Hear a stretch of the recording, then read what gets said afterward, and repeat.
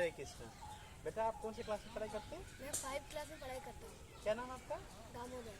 अच्छा, आप ये बताओ, हम मनुष्य से आए हैं ना बंदर से आए हैं? बंदर से आया। बंदर से आए। तो देखो, जैसे कि बच्चा बोल रहा है हम बंदर से आए हैं, तो इसे बहुत सारे लोगों का कहना है हम बंदर से आए हैं। लेकिन क्या सच्चाई है हम बंदर से आए हैं? क्या शास्त्र की मत कुछ है? जरूर है। आइए मैं आपको बताता हूँ हम कहाँ से आए। अब चलिए हमारा ओरिजिनल कॉन्फ़िगरेशन क्या है। तो जैसे कि इवोल्यूशन थ्योरी बोलता है कि हम बंदर से ही मनुष्य आए हैं, लेकिन शास्त्र बोलता है ये गलत है, ये सत्य नहीं है। हम मनुष्य है तो हमारा जो कोई ओरिजिन है, तो ब्रह्मा की सबसे पहला जो पुत्र है, ब्रह्मा के पुत्र मनु से हम आए हैं, इसीलिए हम मानव हैं। हम मानव कहलाते हैं। हम मानव क्यों कहलाते हैं? हम मनु से आई है। तो मनु ने कैसे हमको रहना है और क्या क्या करना है एक किताब में लिखे है, जिसके नाम है मनु संहिता। मनु संहिता में उन्होंने लिखे है। तो हमारा असली पहचान, हम लोग का असली पहचान क्या है, तो इसमें से वर्णन आता है। तो बोलते हैं अगर कोई मनुष्य जन्म होता है, जैसे कि आप जानते हैं 3 मोड्स ऑफ नेचर, 3 प्रकार का गुण होता है, जैसे mode of goodness, mode of passion, mode of ignorance. जैसे कि सत्वगुण, रजगुण और तमगुण। 3 गुण की वजह से मनुष्य इस संसार में बंधा हुआ है, 3 गुण की रस्सी से। ठीक है, 3 गुण की रज्जू जो है, मतलब रस्सी जो है, इसके माध्यम से हम बंधे हुए हैं। तो शास्त्र बोलता है अगर व्यक्ति सत्वगुणी है तो बोला जाता है कि 84 लाख जोनि के बाद हमको मनुष्य शरीर प्राप्त होता है। तो 84 लाख जोनि में जब जीवात्मा भटकते भटकते भटकते भटकते जब गाय के शरीर में आता है, तो गाय से अगर शरीर छूटता है, इसके बाद अगर मनुष्य बनता है, तो वो क्या होता है? सत्वगुणी बन जाता है, क्योंकि गाय सत्वगुणी है। तो इसके बाद अगर उसका मनुष्य शरीर हो जाता है तो वो सत्वगुणी होता है। और उसी प्रकार से तो सारे जीवात्मा जन्म लेते लेते लेते लेते जब हाथी के शरीर में आ जाता है, हाथी से शरीर छूट जाता है हाथी का, तब जो मनुष्य होता है तो वो रजोगुणी मनुष्य बनता है।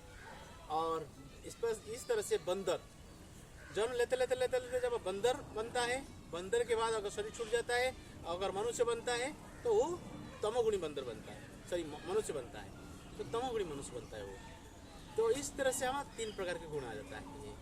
तो शास्त्र के हिसाब से जैसे कि बच्चा बोल रहा है जैसे कि हम बंदर से आए, लेकिन हम बंदर से नहीं हैं। क्योंकि आप देखिए शास्त्र के हिसाब से तो बोलते हैं ईश्वर परम कृष्ण सच्चिदानंद विग्रह अनादि आदि गोविंद सर्व कारण कारण। ईश्वर कौन है? ना कृष्ण है, is the cause of all causes, सारे कारण के कारण है वो।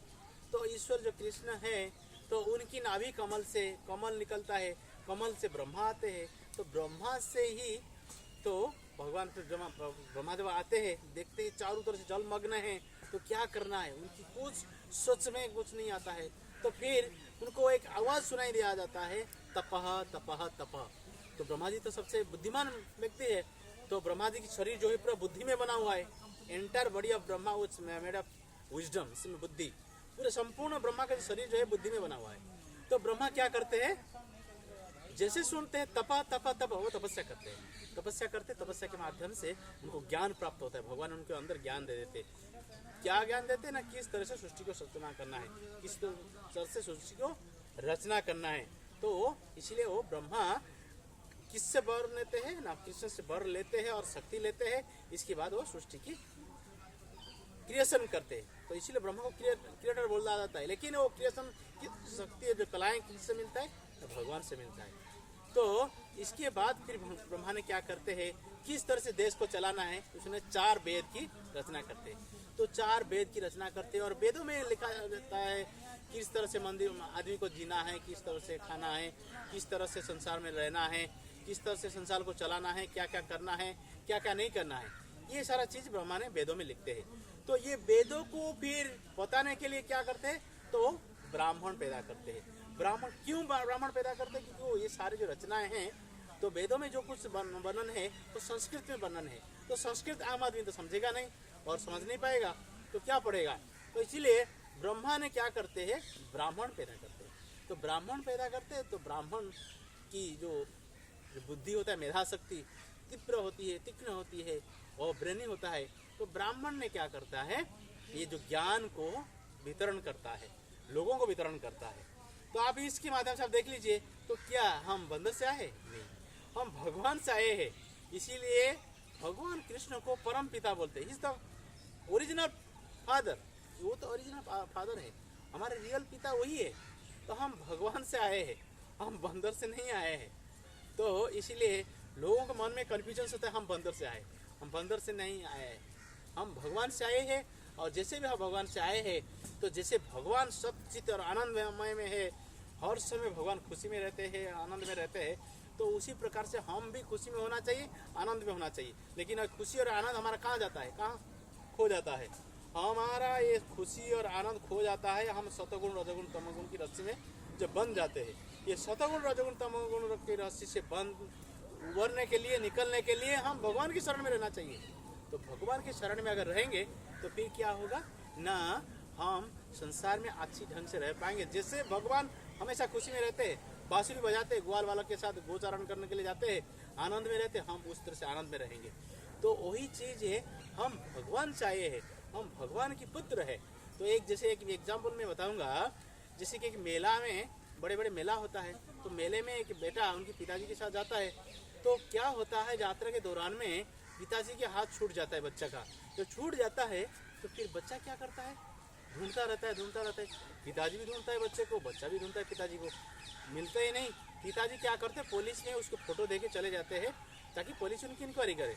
तो पुलिस क्या करता है, इंक्वायरी करता है। तो यहाँ पे कुछ लोग सोचते हैं शायद बच्चा एक जगह में खड़े होकर रोता रहता है। तो कुछ लोग सोचते हैं शायद भूखा है, कुछ खाने के लिए दे देंगे, उसका रोना बंद हो जाएगा। खाने के लिए देते फिर भी रोता है। और कुछ लोग सोचते हैं शायद इसके पास कपड़ा नहीं है, ठंडी वस्त्र नहीं है, वो दे देने से उसका रोना बंद हो जाएगा, वो भी दे देते फिर भी रोता रहता है। और एक आदमी आता है, सोचता है शायद उनके पिता माता को खो चुका है, इसके कारण रो रहा है, वो लेके पुलिस की हिफाजत में छोड़ता है।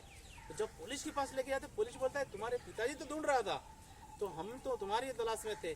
तो फिर पुलिस क्या करते हैं, उनके पिताजी को फोन करके बुलाते हैं और पिताजी आ जाते हैं। जब पिताजी आ जाते हैं, बच्चा भागते हुए पिताजी को पकड़ लेता है, उसका रोना बंद हो जाता है।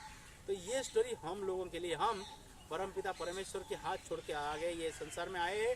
तो यहाँ पे हम रोते रहते हैं।